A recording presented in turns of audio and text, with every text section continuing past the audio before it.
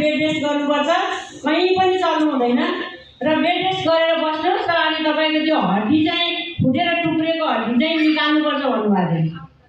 तर प्रभुलाई एकदमै धन्यवाद भएको होस्। मेरो मण्डलीका सम्पूर्ण यो गोर्खा जिल्लामा हुनुहुने दाजुभाइ दिदीबहिनी पास्टर अगुवाहरूले जब प्रार्थना गर्नुभयो र मैले मात्रै 3वटा 4वटा बेड चाहिँ खाएँ दुखेको बेलामा, नत्र भनेदेखि मलाई चाहिँ त्यो नखाइकन त्यो निको भयो। तर अहिले पछाडि चाहिँ के भएको थियो भन्दा यो पछाडिपट्टि एकदमै पोल्ने अनि धेरैचोटि मैले अहिले चाहिँ यो वर्षभरिमा 3-4 चोटि मैले एक्सरे गराइसकेँ।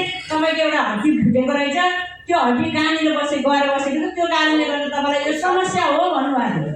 तर हिजोसम्म त्यसरी पोलिराखेको यस ठाउँमा, तर हिजो मलाई यहाँ प्रार्थना गर्दा गर्दै मैले महसुस गरेँ अनि मैले चाहिँ एकदमै प्रार्थना गरेँ, विश्वास गरेँ अनि त्यसपछि यहाँ हात राखेँ अनि मलाई निको भयो। अनि हिजो गएर मैले कोसिस गरेँ, त्यसरी बस्दै गर्दा पोल्थ्यो अनि गएर बसेँ अनि लेखेँ पढेँ अनि त्यति बेला म बस्न नसकेर पछाडि सिरानी राख्नु पर्थ्यो। तर हिजो मलाई त्यो गर्नु परेन अनि म एकदमै मलाई आज मैले महसुस गरेँ म निको भइसकेको छु।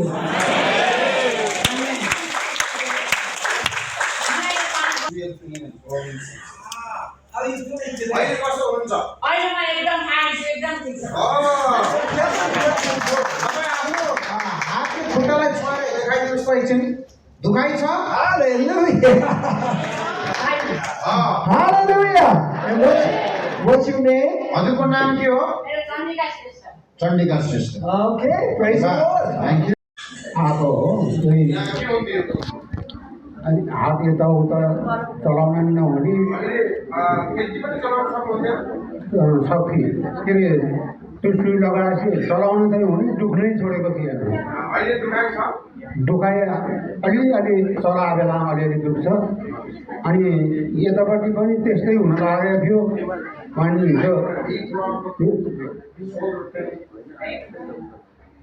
अनि हिजो प्रार्थना गर्दाखेरि जहाँ जहाँ दुखेको छ मैले त्यही छोएँ, घोडामा छोएँ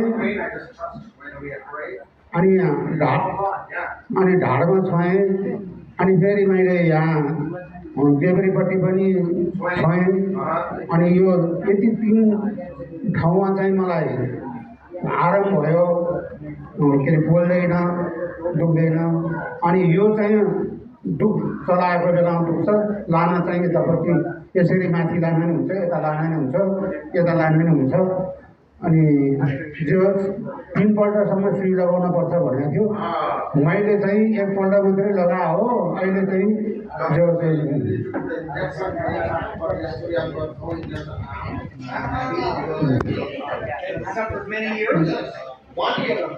र परमेश्वरलाई धन्यवाद हो। म चाहिँ यसरी नै सेवाकाईमा हिँड्नलाई जतिसुकै बिमारी भए पनि म हिँड्दैछु। यसरी हाम्रो गाडीहरू धेरै छ ल। मेरो युट्युबमा आउने छ सबैजना।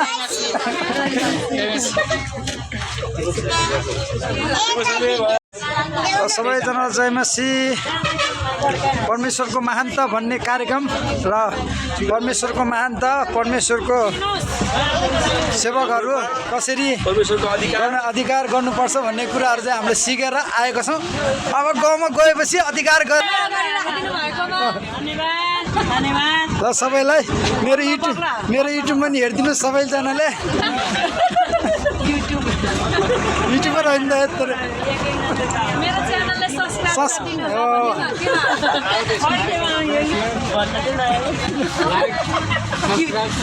केही छ भन्नु छ हजुरले? आज कस्तो आजको कार्यक्रम कस्तो लाग्यो तपाईँलाई? कस्तो लाग्यो?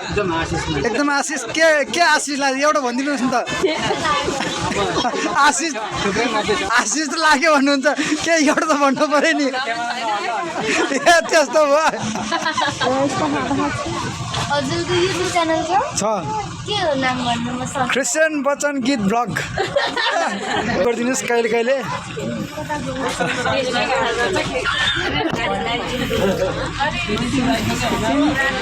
ल सर आजको कार्यक्रममा कस्तो लाग्यो हजुरलाई चाहिँ? एकदमै राम्रो लाग्यो।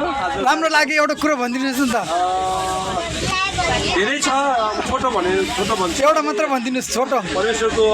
परमेश्वरमा हामीले अधिकार पाएका व्यक्तिहरू चाहिँ अधिकार प्रयोग गर्नुपर्छ। कतिपय समयमा हामीले अधिकार प्रयोग गर्दैन अनि परमेश्वरले हामीलाई सारा पृथ्वीमा भएको सबै थोकमाथि अधिकार गर्नको लागि हामीलाई परमेश्वरले सृष्टि गर्नुभएको कुरा चाहिँ हामीले फेरि स्मरण भएको छ। नत्र भने चाहिँ हामी कहिले कहिले त्यो वचनलाई बिर्सिँदै गर्दाखेरि हामी बिर्सिन्छ अनि हामीले केही अरूले हामीमाथि अधिकार गर्नुपर्छ, शैतानले हामीलाई अधिकार गर्न खोज्छ। तर हामी यदि परमेश्वरले हामीलाई हरेक कुरामाथि अधिकार गर्नलाई त्यो शक्ति अनि परमेश्वरले त्यो अधिकार दिनुभएको छ भन्ने कुरा फेरि आएर स्मरण भएको छ, रिमाइन्ड भएको छ। हस् धन्यवाद। चाहिँ फेरि भनौँ हजुर, अर्को कुरा चाहिँ हरेक मानिसमा नम्रता हुनुपर्छ।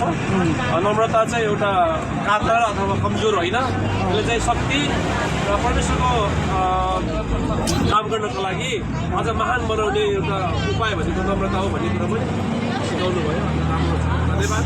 धन्यवाद हजुरलाई, धेरै कुरा सिक्नुभएछ। परमेश्वरले हजुरको जीवन प्रशस्त आशिष दिनु हो। हामी धेरैचोटि हामीले पाएको अधिकारलाई चाहिँ अथोरिटीलाई चाहिँ प्रयोग गर्न नसकेर क्रिस्चियनहरू धेरै पछाडि परेको छौँ र शैतानले चाहिँ उल्टो हामीलाई अधिकार गरेको कुराहरू चाहिँ हामीले चाहिँ जानकारी भएको छौँ। त्यस कारणले आफ्नो अधिकारलाई प्रयोग गर्नुपर्छ।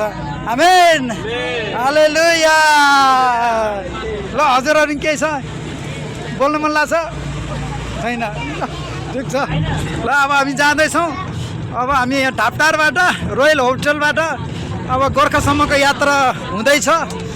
यस्तो छ बाटोहरू, एकदम राम्रो बाटोहरू बनाउँदैछ सरकारले। ल हेलो, हाम्रो डाक्टर नि साफ हुनुहुन्छ उहाँ चाहिँ। हजुरको हँसाइले गर्दा म भाइरल हुने हो कि?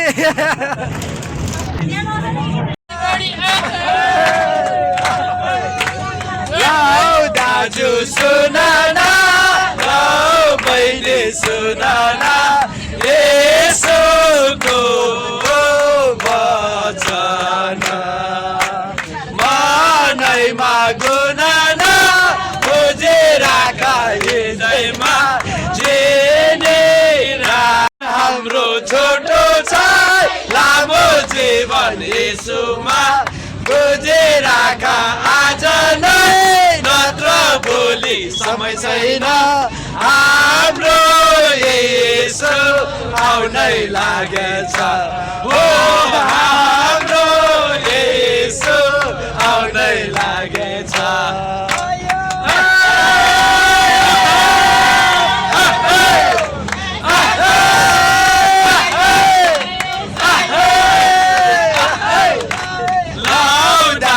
सुनाना, बहिनी सुनाना, यसोको वचन मनैमा गुनाना, बुझेर हृदयमा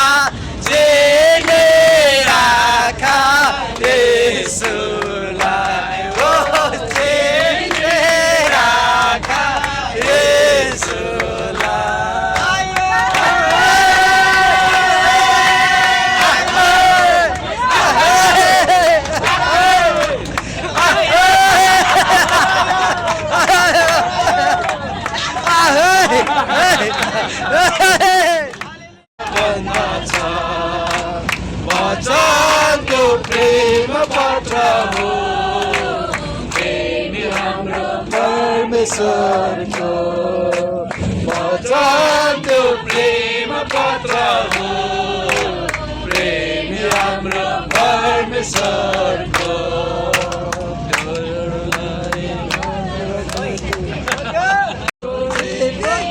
वचनले दुधाछु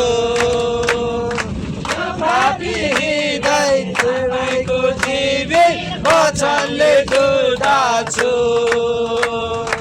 यसो तपाईँको यो मेरो जीवन आज नै सुम्पाउँछु मैले तपाईँलाई यो मेरो जीवन आज नै सुम्पाउँछु मैले गरेका विगतका सबै गल्तीलाई स्वीकार्छु मैले गरेका विगतका सबै गल्तीलाई स्वीकार्छु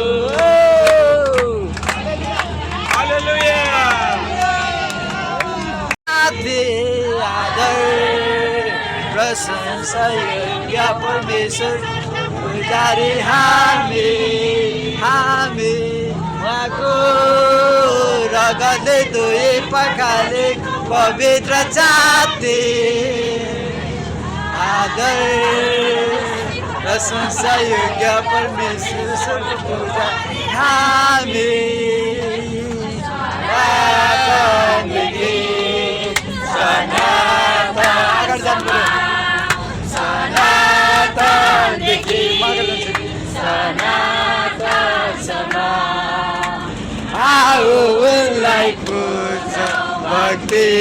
तपाईँ दाजा आज त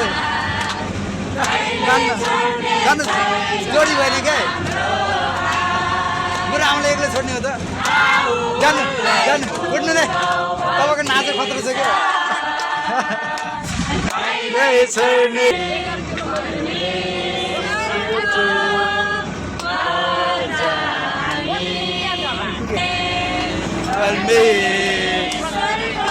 ओर्लिन ठाउँ बिर्सेला फेरि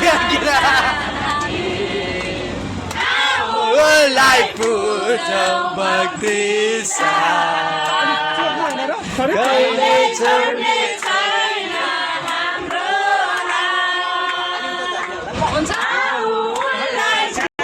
यत्रो फर्केर आउने के आउनु भने हो भने कति रमाइलो भइरहेको छ त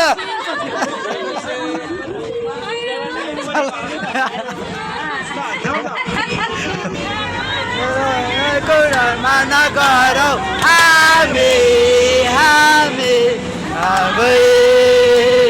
नयाँ भएको स्वदेशमा जानेछौँ हामी पारीको देशमा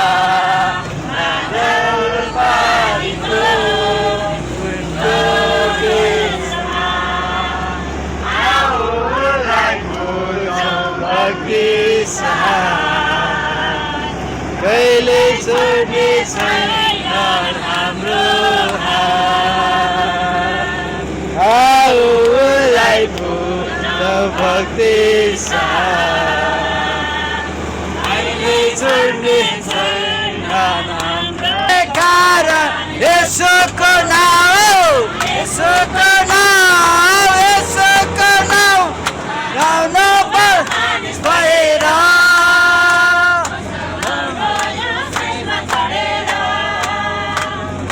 आउनुभयो मानिस भएर आउनुभयो क्रुसैमा चढेर